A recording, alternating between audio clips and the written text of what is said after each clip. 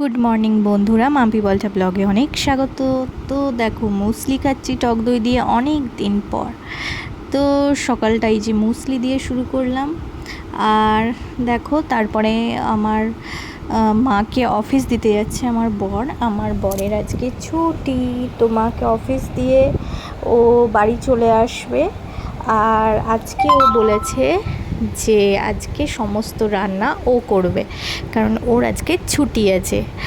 আর আমি বলেছি ঠিক আছে, তো আমার আজকে ছুটি, তো আমার বর আজকে রান্না করবে। তো দেখো, এই যে ওরা এবার রওনা দেবে। তো এই যে আমার মা টাটা দিচ্ছে আমায়। আর এই দেখো, আমার মাকে দিয়ে অফিসে, তো তারপরে আমার বর চলে এসছে বাড়ি। আর এই যে মাছ কিনে এনেছিল, রুই মাছ।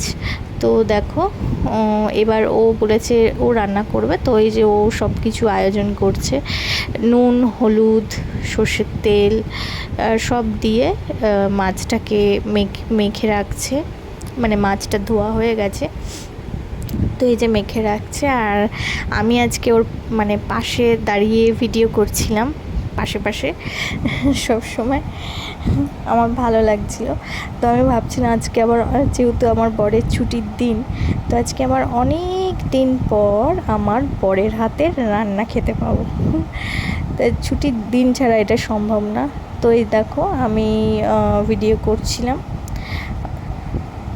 তো ছুটির দিনটা সত্যি খুব স্পেশাল হয়ে যায় যখন বর নিজের হাতে রান্না করে খাওয়ায়। আর এই যে আমি বলছিলাম যে তোমার হাতের রান্না খাবো আজকে, তোমার হাতের মাছের ঝোলটা খেতে আমার বেশ ভালো লাগে। তো এই যে লজ্জা পাচ্ছিলো আর আনন্দে এই যে নাচছিল, খুব খুশি।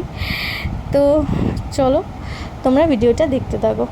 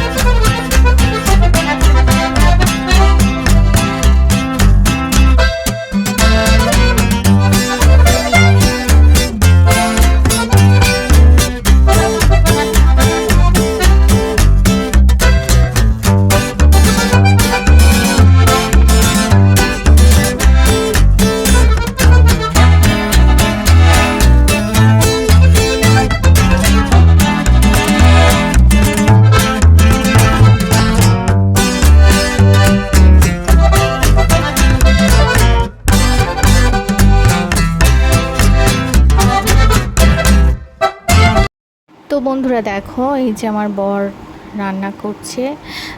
আর এটা হচ্ছে আদা আর টমেটো পেস্ট।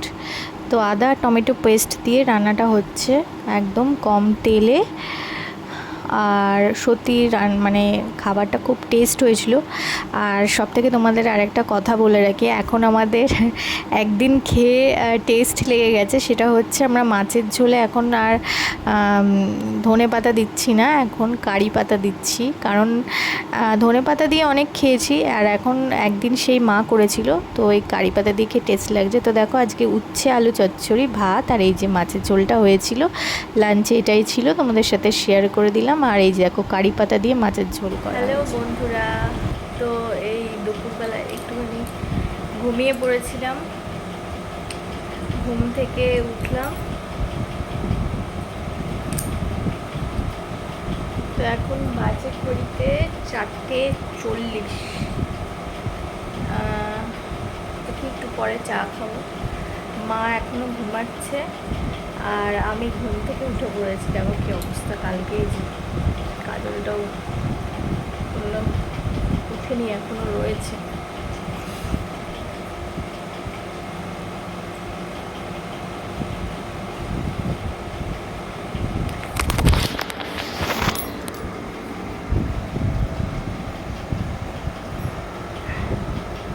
তো কালকের ভিডিওটা তোমাদের কেমন লাগলো কমেন্টসে জানিও। কিন্তু কালকে খুব সুন্দরভাবে দিনটা কাটলো, খুব ভালোভাবে সেলিব্রেট করেছি আমাদের অ্যানিভার্সারিটা। আর আজকের ব্লগটা একটু ছোটো হবে, তো তোমরা ম্যানেজ করে নিও, কারণ রোজ রোজ তো বড় ব্লগ দেওয়া সম্ভব না। তো চলো পরে আসছি। তো বন্ধুরা দেখো, তারপরে এই যে সন্ধেবেলা বেরিয়ে পড়েছিলাম। আর কোথায় যাচ্ছিলাম বলো তো? যাচ্ছিলাম হচ্ছে চুড়ি পরতে, মানে হচ্ছে সবুজ চুড়ি। শ্রাবণ মাস পড়ে গেছে আর তোমরা তো জানো সবুজ চুড়ি, শ্রাবণ মাসে সবুজ চুড়ি কম্পালসারি। আর তাই জন্য চুড়ি পরতে গেছিলাম, সবুজ চুড়ি। তো যাই হোক, সবুজ চুড়ি পরা কমপ্লিট হয়ে গেছে, তো তোমাদের সাথে শেয়ার করছি।